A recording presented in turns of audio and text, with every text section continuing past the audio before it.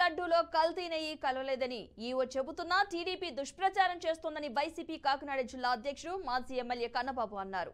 కూటమి ప్రభుత్వం ఇచ్చిన తర్వాత ఘటన జరిగితే గత ప్రభుత్వానికి అంటగడుతున్నారని అన్నారు.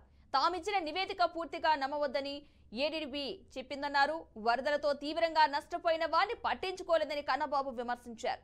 ఇసుక కొరత కారణంగా భవన నిర్మాణ కార్మికులకు పని లేకుండా పోయిందన్నారు.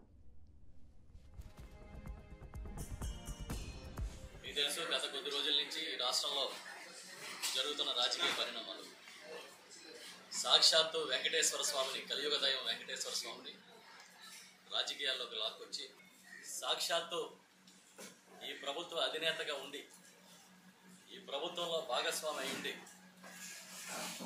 ఈ ప్రభుత్వాన్ని నడిపిస్తున్న చంద్రబాబే తిరుమల లడ్డూలో వినియోగించే నెయ్యిలో కల్తీ జరిగిందని దానంతట తానే ఒక పెద్ద దుష్ప్రచారానికి తెరతీసింది. అది చాలా పెద్ద దుమారం రేపు. ఆ దుమారం ఏ స్థాయికి వెళ్ళిపోయిందంటే ఈ ప్రపంచంలో నలుమూలలా ఉన్న హిందువులకి జరిగిన సంఘటన ఈ ప్రభుత్వం వచ్చిన తర్వాత, ఈ ప్రభుత్వం ఏర్పాటు జరిగిన తర్వాత, ఒకవేళ వాళ్ళు చెబుతున్నది సంఘటన నిజమైతే ఈ ప్రభుత్వం ఏర్పాటు అయిన తర్వాత జూలైలో జరిగితే దాన్ని గత ప్రభుత్వానికి పూర్వపు ముఖ్యమంత్రి జగన్మోహన్ రెడ్డి గారికి ఆపాదించే కార్యక్రమాన్ని చేశారు. ఎంత రచ్చ చేశారో, ఎన్ని రకాల ప్రచారాలు దుష్ప్రచారాలు చేశారో మనందరం కళ్ళకు కట్టినట్టుగా చూసాం.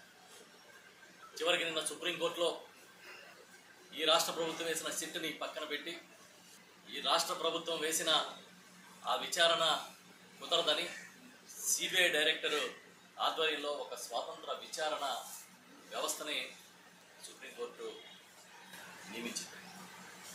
దీంతో నిజానిజాలు నిగ్గు తేలుతాయని అందరం భావిస్తున్నాం.